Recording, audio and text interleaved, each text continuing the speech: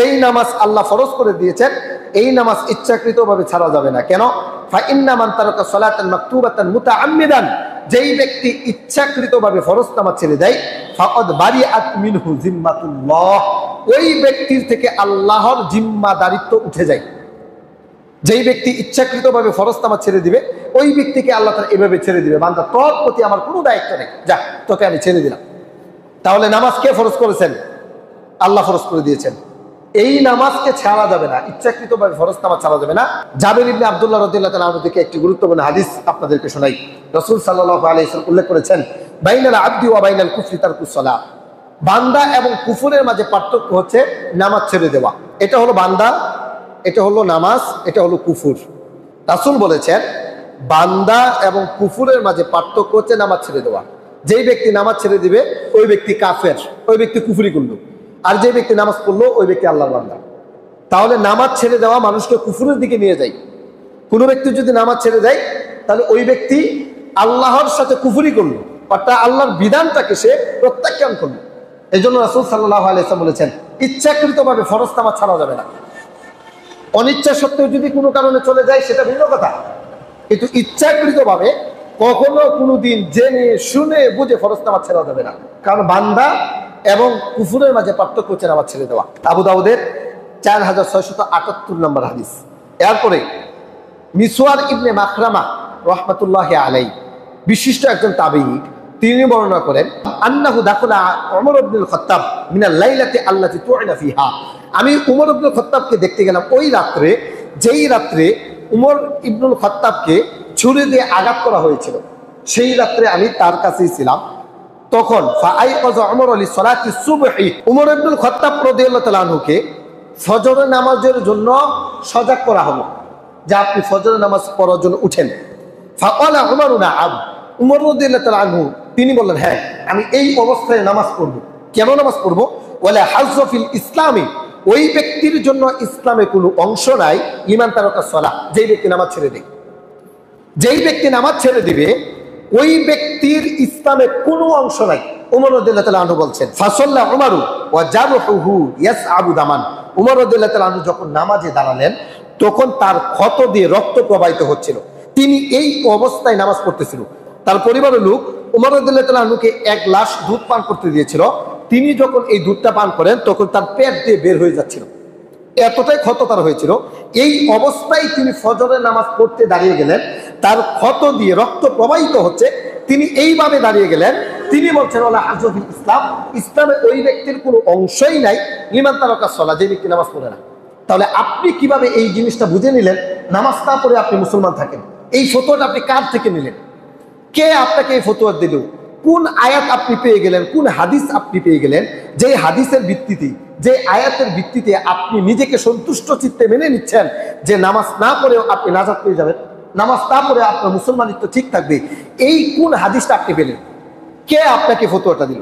এই ফতোয়াটা আপনি দিল কে যে নামাজ না পড়ার পরে আপনি মুসলমান? কে আপনাকে ফতোয়া দিল? কে বললো এটা আপনাকে নামাজ না পড়ার পরেও আপনি আল্লাহর সামনে নাজাত পেয়ে যাবেন, বলতে পারবেন যে আমি আপনার বান্দা? এটা কে ফতোয়া দিল আপনাকে? আপনার মন কিভাবে এটা সাই দিল? অথচ ওমর রাদিয়াল্লাহু তাআলা আনহু তিনি জান্নাতের সুসংবাদ প্রাপ্ত একজন ব্যক্তি, যাকে রাসূল সুসংবাদ দিয়েছেন যে উমর সে তো জান্নাতি। সেই ব্যক্তি নামাজে দাঁড়িয়ে গেছে এমন অবস্থায় যে তার ক্ষত রক্ত প্রবাহিত হচ্ছে, তিনি নামাজ ছাড়তে পারলো না। আর আপনি কিভাবে জানি জেনে গেলেন যে নামাজ না পড়লে মুসলমান থাকা যায়?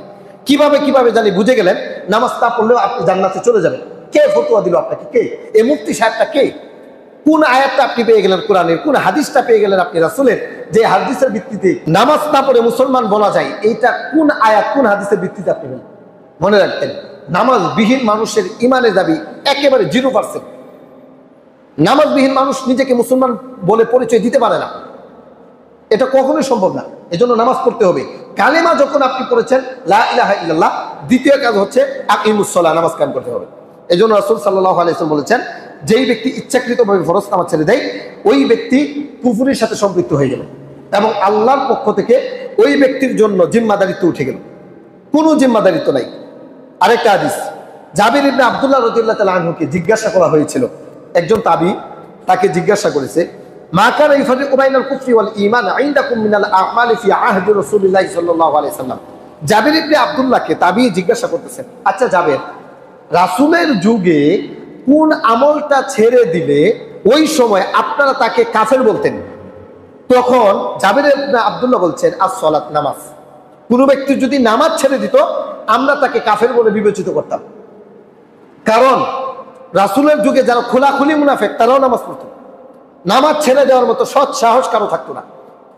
যেই ব্যক্তি নামাজ পড়তো না তাকে তারা কাফের মনে করতো। এই জন্য নামাজ পড়তে হবে, এটা জরুরি। নামাজ আপনার ইমানের দাবি রাখে। আপনি যে ইমানদার এটা প্রমাণ হবে নামাজের মাধ্যমে। একজন মানুষ তখনই নিজেকে মুসলমান বলে পরিচয় দিতে পারে যখন সে নামাজ পড়ে। এরপরে আরেকটা হাদিস, জামি তিরমিজি 2622 নম্বর হাদিস, আন আব্দুল্লাহ ইবনে শাকিক আল-উকাইলি قال كان اصحاب محمد صلى الله عليه وسلم لا يرون شيئا من الاعمال تركه كفر غير الصلاه। আব্দুল্লাহ ইবনে শাকিক তিনি বলছেন যে রাসূল সাল্লাল্লাহু আলাইহি সাল্লামের যুগে নামাজ ছাড়া অন্য কোনো ইবাদত বন্দেগী যদি ছেড়ে দিত তাহলে তাকে আমরা কাফের মনে করতাম না। যখনই সে নামাজ ছেড়ে দিত তখন আমরা বলতাম যে লোকটা কাফের হয়ে গেছে। তাহলে গুরুত্বপূর্ণ একটা বিষয় হচ্ছে মানুষ নামাজ ছেড়ে দিলে ওই ব্যক্তির ঈমান থাকে না। এরপরে অতি আশ্চর্য একটা হাদিস আপনাদেরকে শোনাই, যে হাদিসটা ইবনে মাজাহ 1425 নম্বর হাদিস, আবু হুরায়রা রাদিয়াল্লাহু তাআলা আনহু তিনি বর্ণনা করছেন, ইন্না আউয়ালা মা ইউহাসাবু বিহিল আবদু বিসসালাতিহি, কিয়ামতের ময়দানে সর্বপ্রথম বান্দার থেকে যেই হিসাবটা নেওয়া হবে সেই হিসাবটা হলো নামাজের।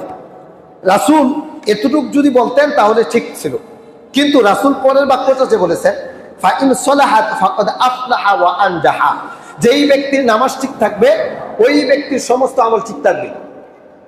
এরপরে রাসূল বলেন, ওয়া ইন ফাসাদাত ফাকাদ খাবা ওয়া খাসিরা, যেই ব্যক্তি নামাজ ঠিক থাকবে না তার সমস্ত আমল বাতিল হয়ে যাবে। আপনার রোজা, আপনার হজ, আপনার যাকাত, মসজিদ নির্মাণ করা, এতিমদেরকে লালন পালন করা, মাহফিল করা, বক্তাগিরি করা, কোনো কিছুই ঠিক থাকবে না যদি আপনার নামাজ ঠিক না থাকে। আপনার নামাজ ঠিক তো সব ঠিক থাকবে। রাসূল বলেছেন সর্বপ্রথম হিসাব নেওয়া হবে নামাজের। নামাজ যার ঠিক হয়ে যাবে তার অন্যান্য আমল দেখা হবে। নামাজ যার ঠিক থাকবে না তার অন্যান্য আমল দেখাই হবে না। সে কত বড় হাজী সাহেব ছিল আর কত বড় গাজী সাহেব ছিল এটা দেখাই হবে না। তাহলে মূলে হলো নামাজ। মূলে কি বলেন? মূলে কি? নামাজ। আগে নামাজ ঠিক, এরপরে অন্যান্য কাজ। আগে নামাজ ঠিক রাখতে হবে। রাসূল সাল্লাল্লাহু আলাইহি ওয়াসাল্লাম নামাজ ফরজ হওয়ার পরে উম্মতের জন্য নামাজকে প্রতিষ্ঠা করার জন্য সর্বাত্মক কাজ করে গেছেন, কিভাবে নামাজ প্রতিষ্ঠা করা যায়। এই জন্য রাসূল সাল্লাল্লাহু আলাইহি ওয়াসাল্লাম উল্লেখ করেছেন 3 নম্বর উপদেশ, যে ইচ্ছাকৃতভাবে কখনো কোনোদিন তুমি নামাজ ছেড়ে দিও না।